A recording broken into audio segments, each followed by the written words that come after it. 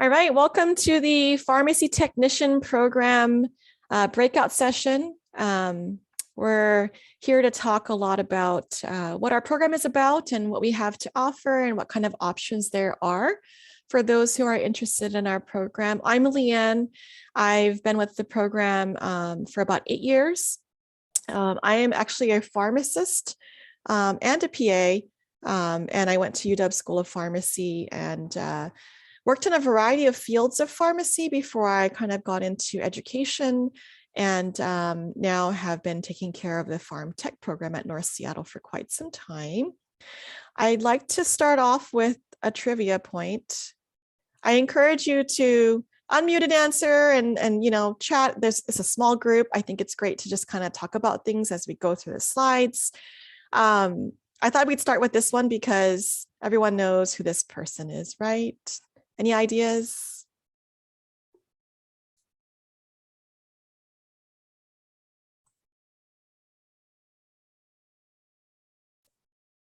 You can dump it in the chat if you like. Who is this person? Doesn't he look familiar?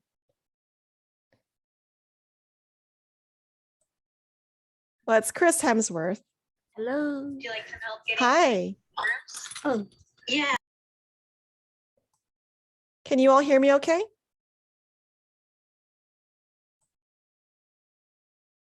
Yeah, thumbs up.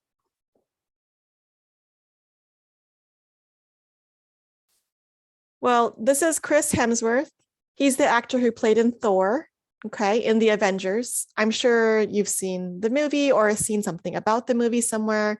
But did you know that before he became famous for acting, he actually worked at a pharmacy? He wasn't a technician, but he was an assistant, which is like the level below a technician. And his job was to clean the pharmacy's breast rental pumps. What an interesting fact, right? All right, let's talk about the Pharm Tech program. So what is the program about? So our program trains you to become a licensed and certified Pharm Tech essentially within 9 months. That's 3 quarters. We start in fall, we end in spring, and we only have 1 cohort that goes through per year at this time. We are located at North Seattle College, and that is the only campus we're at right now. And entry requirements are pretty basic. You'll need to have a high school diploma. You need to place, not take, but place into English 101 and Math 98. I'll talk about that more later. And there is an application and a background check, and you'll have to obtain what's called a pharmacy assistant license prior to the program, which is not too hard to get, but there are some steps to go through.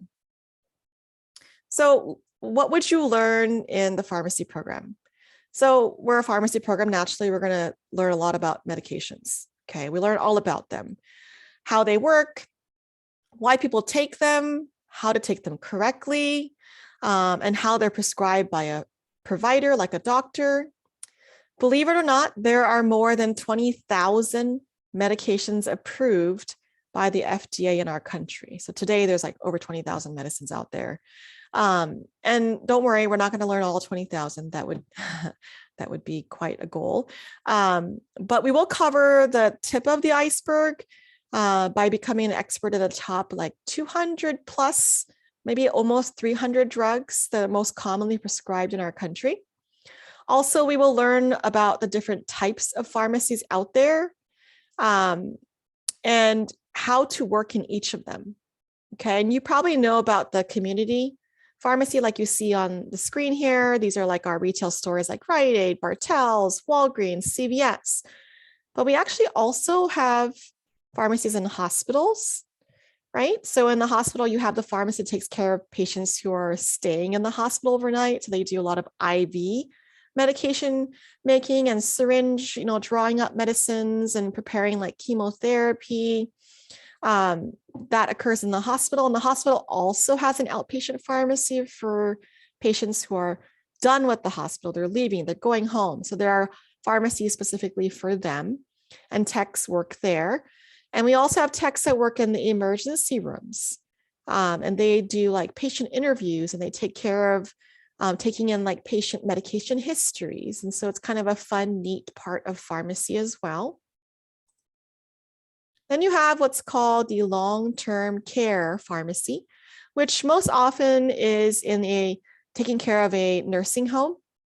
And because patients in nursing homes have unique needs, we provide medicines to them like in blister packs or bingo cards or just different like packaging.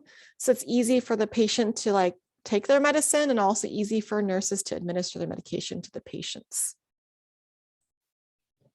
Another field of pharmacy is compounding. If you like cooking, like following recipes, making stuff, this is where you actually get to make the medications, which is really fun. And then lastly, maybe this is not the last one, we have mail order pharmacies. They're becoming more and more common nowadays, especially during the pandemic. A lot of people are using mail order pharmacies, and they're a really neat part of pharmacy that you can be a part of. And you can also work in like an insurance company like Primera, which is local here. So there's a lot of different types of pharmacies you could work in. And actually, I didn't even name them all. There's still more. And our instructors at the college have extensive knowledge and experience in several of these practice types. And our program is really well connected with the community. We have externships in all of these type of practices. So you get to choose like 2 different kinds of practices you want to try out. And you would actually go to an externship and work in that pharmacy during the program to gain experience. All right, I hope you're ready for some trivia. I think it's always fun to do some trivia that kind of surrounds and relates to pharmacy. Look at these items on the slide, and what do all of these have in common?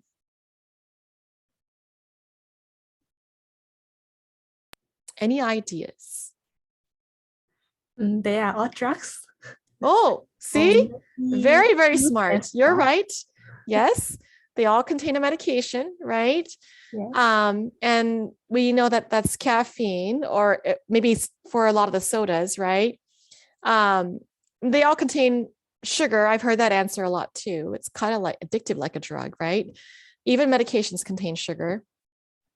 But did you know that a lot of the common sodas or pop were created by pharmacists? So Coke was made by John Pemberton in the 1880s. And he made it and he put it on sale at a pharmacy. They call it a soda fountain pharmacy, right? And he sold it for 5 cents a glass. What about Pepsi, right? Coke's competition, if you could even call it that, was made by Caleb Bradham.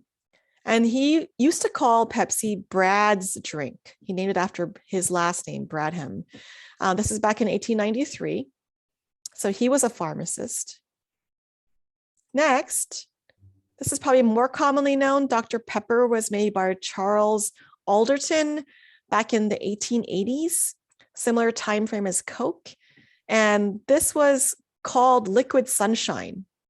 He loved the smell of his own drugstore. He's a pharmacist, right? He loved the smell of his own drugstore so much, he decided to make a soda that smelled and tasted like his pharmacy. Kind of strange, but that became Dr. Pepper. So very interesting, right?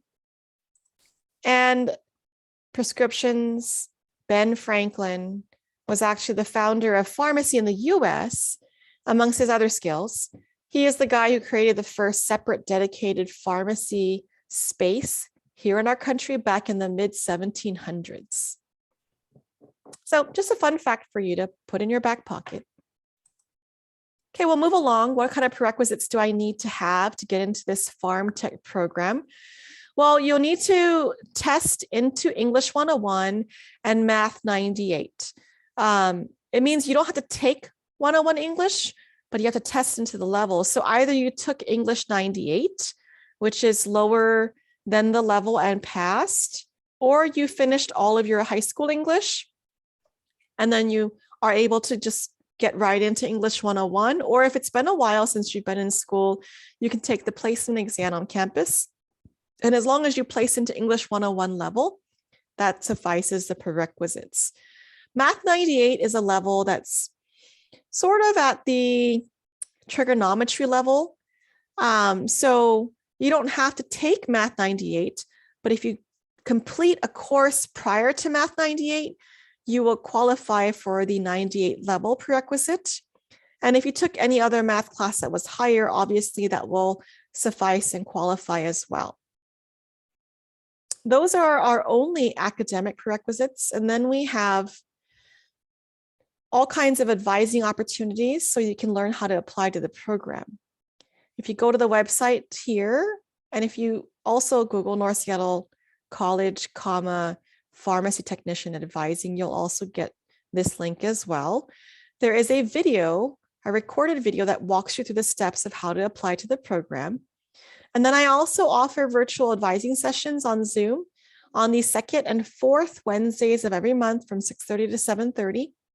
And this information is also on the website listed here as well.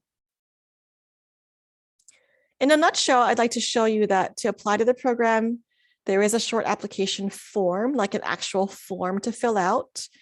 You will complete a background check. That's just a normal procedure here in the health med sector of the North Seattle College. You will have to obtain your high school transcript, which shows completion of either Algebra 1 or high school English, or that you completed it later or tested into the levels.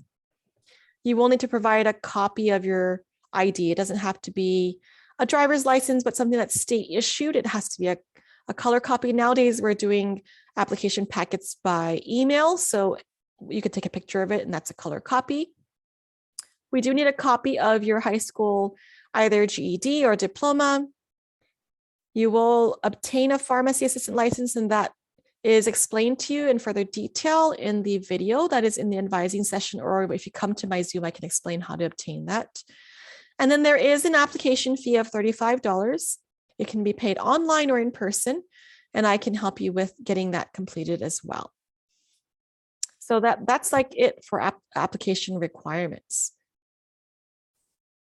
What about another trivia point? Do you recognize this organism? Any ideas? No. It's kind of scary looking, maybe to some it's kind of neat. It looks like a lizard, right? Yeah. It's actually something called a Gila monster. A Gila monster. Now they live in the Southwest United States and in the Northwest Mexico desert areas. And actually we use their saliva to make a diabetes medication called Byetta. Kind of cool, right? And this is not the first time we're using some kind of animal extract or excrement to treat human illness. For example, we use the cone snail venom to make a drug for chronic pain. Its venom is like 100 times more potent than morphine. Crazy, right? We also use, both of them showed up here. We also use the venom from the deadly viper here on the screen. And we use the venom for a drug in hypertension for blood pressure. And then this leech on the bottom here, we use its fluids, I think more of its blood actually, or it's kind of like its plasma, to use something called Hirutin, which is a blood thinner. So I wanted you to see these examples because there's a lot of like neat discoveries out there to treat diseases and neat ways to make medications too. So there is a pathway in the Pharm Tech program, and I'd like to show you a quick video if you have, well, you're already here. So let's go ahead and find the video. Here we go. I thought I had it queued up, but I actually have to find it. So you get to follow me on this journey to find the video here. It's in our program page. And let me, keeps jumping around on me here. Let me find the video for you here. And I'm going to reshare my screen so that the sound will transmit here. So hang on with me just a minute. I'm going to reshare my screen. Click share sound, share. And And let's watch this video about our program here. I think it's nice to see the students who graduated in the program and are in the program. It's always nice to put a face to the name of the program. So here we go.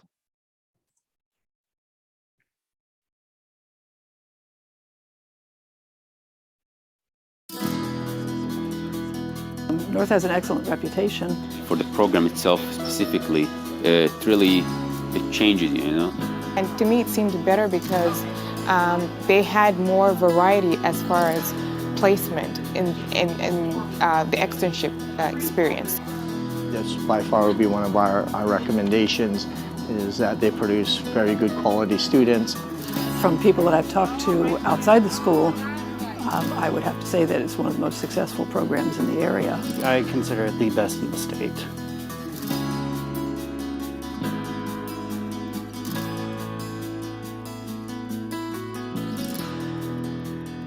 The Pharmacy Tech program here is 9 months long. We start new cohorts in September, which is fall quarter. The big things with our program is 1, we're state run, so cost.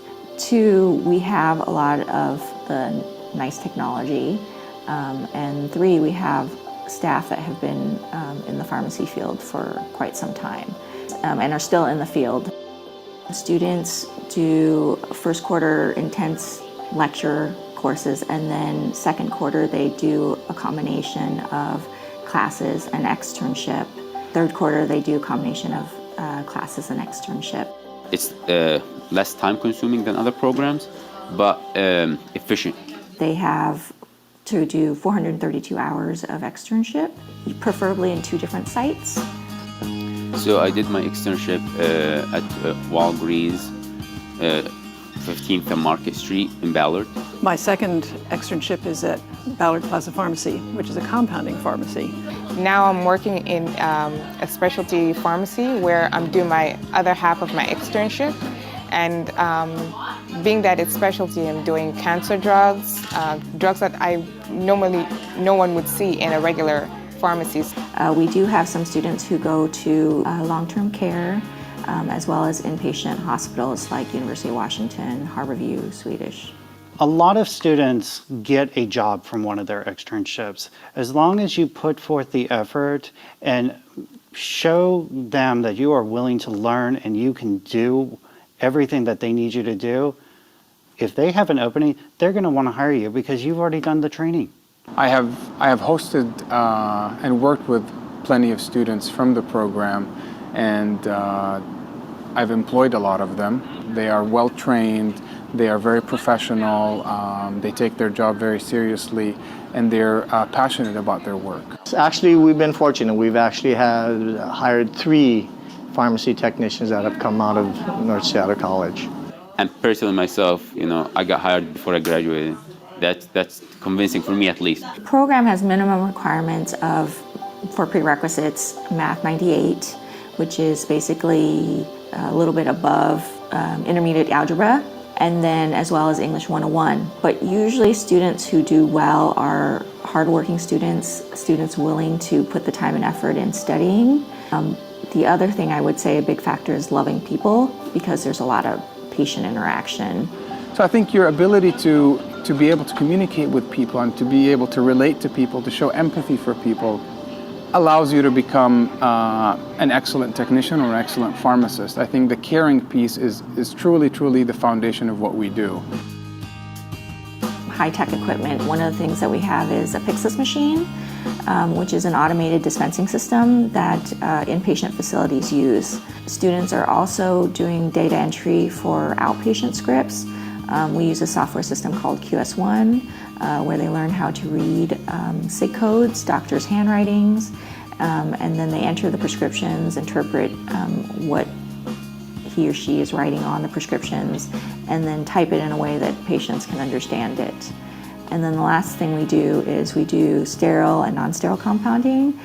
So the general certificate is a 9-month program, and that's given by the college for completion of the program. We started out this quarter, the students will also get a program certificate for completion of the program, which will have our ASHP accreditation. And then some students who have additional classes, some of our students who've taken other classes, also apply for the ASD, which is the Associates in Science degree, which is basically a 2-year in pharmacy tech or some other technical field that they have. Throughout a cohort, we have probably between 1 to 5 students who get into pharmacy school. A lot of them also go on to other things like nursing. Some of them do radiology. We've had some become doctors and PAs. And so a lot of them, it's a good stepping stone, but it's also a good field that if they just like to be in the technical area, they can stay in it. This is actually a very life-sustaining field to be in. And the job opportunities are just endless these days. I think it really is a great program, and I've enjoyed the heck out of it. And really, really good relationship with North Seattle and of course their professors there who are teaching, and also the relationship that we've had with the students. We've been able to have technicians come in with a solid foundation that we can definitely build on. And that's really helped, and that's, you know, technicians really stand out that way from North Seattle College. All right. I hope that video was helpful to kind of see what the program is like, and some students who've gone through the program. And you also got to see our classrooms, kind of get to see what our room looks like and what students do in the room. And you saw a picture of them doing compounding, measuring out things, making suppositories and creams and capsules. So it's really fun as they go kind of play around with stuff in the pharmacy classroom. So it's really a fun place to be. Okay, one more trivia. Since we're going to talk about money soon. So I thought it'd be appropriate to talk about money. So here on this screen is the most expensive drug in the world. A company named Novartis makes the drug. It's called Zolgensma. It's a one-time infusion for a genetic condition called spinal muscular atrophy that occurs early in childhood. It's the second gene therapy drug approved for a genetic disorder. Let's take a guess at how much the most expensive drug in the world costs. So go ahead. Tell me what you think.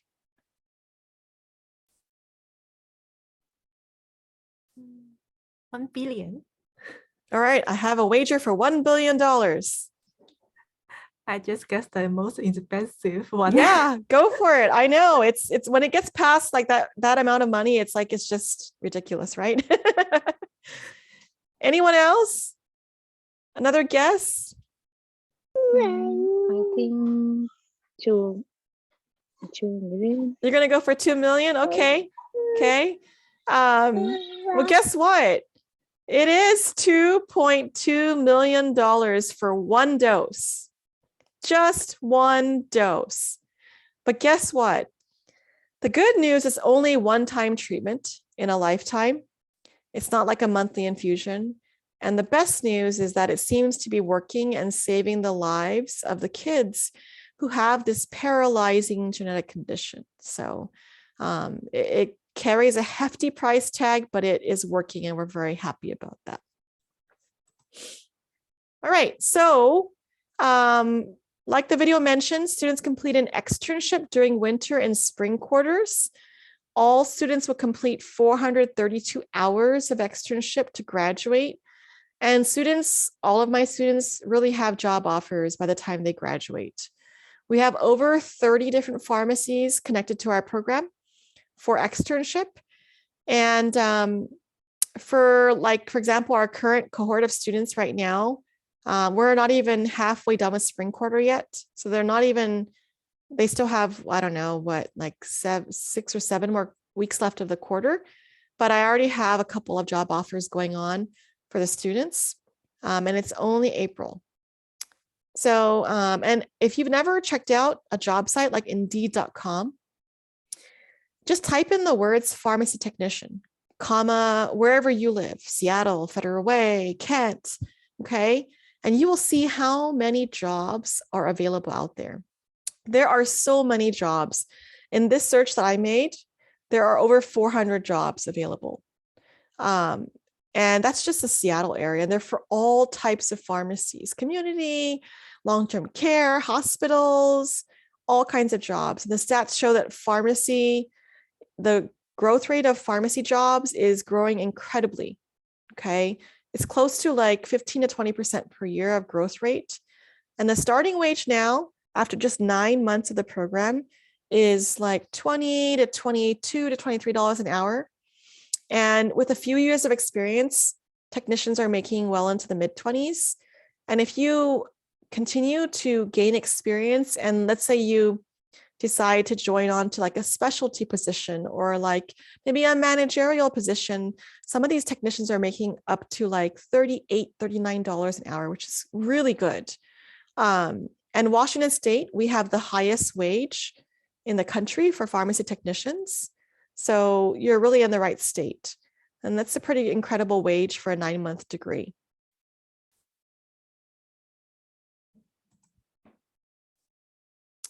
But I don't want you to stop there, because if you didn't know, the pharmacy tech certificate and degree is a great stepping stone. It's like the first stepstone.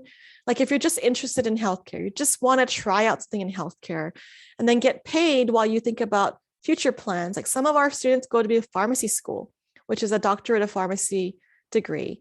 Some of our students go on to become nurse practitioners. Some of them go on to do medical school. Some of them go on to become an RN. There's so many options.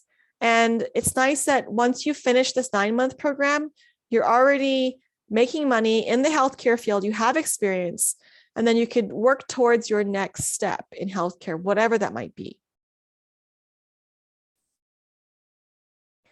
Now, I'm obviously available by email, by phone, to let you know again that we are a hybrid program. And what that means is we don't meet on campus every day. We only meet on campus 2 days a week. So in fall quarter, it's Monday, Tuesday. Winter quarter, it's Monday, Tuesday. And in spring quarter, it's either Monday or Tuesday. And you're on campus that 1 or 2 days, full days. And then when you go home on the other days, you watch these video recorded lectures online at home, and you do some assignments on home. Then you come to campus again the following week, and we do labs and workshops and discussions on campus. So we are a hybrid program, meaning that we are not fully only on campus. We do a lot of stuff online, but we are also on campus as well. There's a lot of skills that you need to be on campus for. And so that's why we do have to be on campus for part of the time. As you can see, a typical schedule on the screen here. I talked about 2 days on campus in fall, 2 days on campus in winter, 1 day on campus in spring. But keep in mind that starting winter quarter, students start externships. Those typically happen on the weekdays, so Wednesday, Thursday, Fridays, and then externships in spring can happen 4 days a week. Sometimes my students will do externship on the weekend instead of a weekday because they work at another job on the weekdays. That's fine. Usually it can work out. It may take a little longer to complete the hours because you're not going to be able to work as much on the weekends, but we can still make that happen as well. Our typical student in our program are like working students, you know, those who have like a part-time job. Some of them have full-time jobs. Some of them have a family already. Some of them are coming back for their second career. There's all kinds of students that come to our program. So we have a pretty diverse group at our program. I invite you to join us in fall. I'm happy to take the next, 7 or 8 minutes left to answer any questions you might have. I'll pause here for any questions. Oh, yes, Linnea. I have a question. I am a ESL student now. So Okay. My path is graduate from ESL and got English 101 and Math 19A, and then continue to get the pharmacy assistant. So then after that, so I can enter this program. So actually, you don't have to take English 101. I don't know, and we can talk about this, you know, if you want to come to like an advising session, maybe if you want to do it privately, but I don't know where you are in your ESL journey, but I have a lot of students who came to our program who did not actually finish their ESL, but they were able to converse pretty fluently in English, and they were ready in other ways to pursue the program. So you don't have to take English 101 and Math 98. For math, it's more important that you place into it. So you could take the test online to see where you place for math. For English, there is an online test, but if you're already in ESL, I think it's best to kind of email me and let me know where you are in your ESL sequence. And then we could talk about a plan for you to enter the Pharm Tech program at your earliest opportunity. Oh, because I'm choosing from the pharmacy program or the nursing program, so I just wonder which one is more better for me. Yeah, no, that's great options. I think it really comes down to a couple of things. You know, what are the kind of things you like to do at your job? And then the other thing also is, how long of a program are you interested in completing, right? Those are probably the two main differences. And get further study, because the nursing programs, they are in Central College and they have the program to go to the university. True. And same thing with Pharm Tech. A lot of our students, well, it depends on what you want to do afterwards, right? But a lot of our students go on to other programs after they graduate. So some of them go to nursing programs, some of them go to pharmacy programs, some of them go to physician assistant program, right? So it kind of depends on what your goal is and what kind of steps you want to take to get there, like how much, time and, Yes, like the time and the money. money too. We have a lot of funding available. I don't know what your situation is like, but we do have a lot of funding available. I would say in our current class of students, I would say at least 60% of them are getting full funding for the program. Oh, So because I just missed the scholarship last week or last 2 weeks. I just missed that. I see. Are you in a high school program or a college program, or where are you currently at? No, just the ESL. Oh, just ESL program. Okay. ESL But there program. are a lot of other programs that will give you financial support. If you go to startnextquarter.org or talk to a TRIO advisor, TRIO. Sometimes there are ways for you to get information there about getting your education funded. Okay, thank you so much. Yeah. That students have to meet when they apply, like getting a 75% or higher on the TEAS test. And there's also the GPA requirements. I believe it's 2.5 on all of the classes. Right. We went over all the requirements, so we're good with all the requirements. All right. Just around, how they select the cohort. Yeah. I have heard the lottery system as well, but I can't say for sure. Yeah, me too. Okay. Lydia, did you have your hand?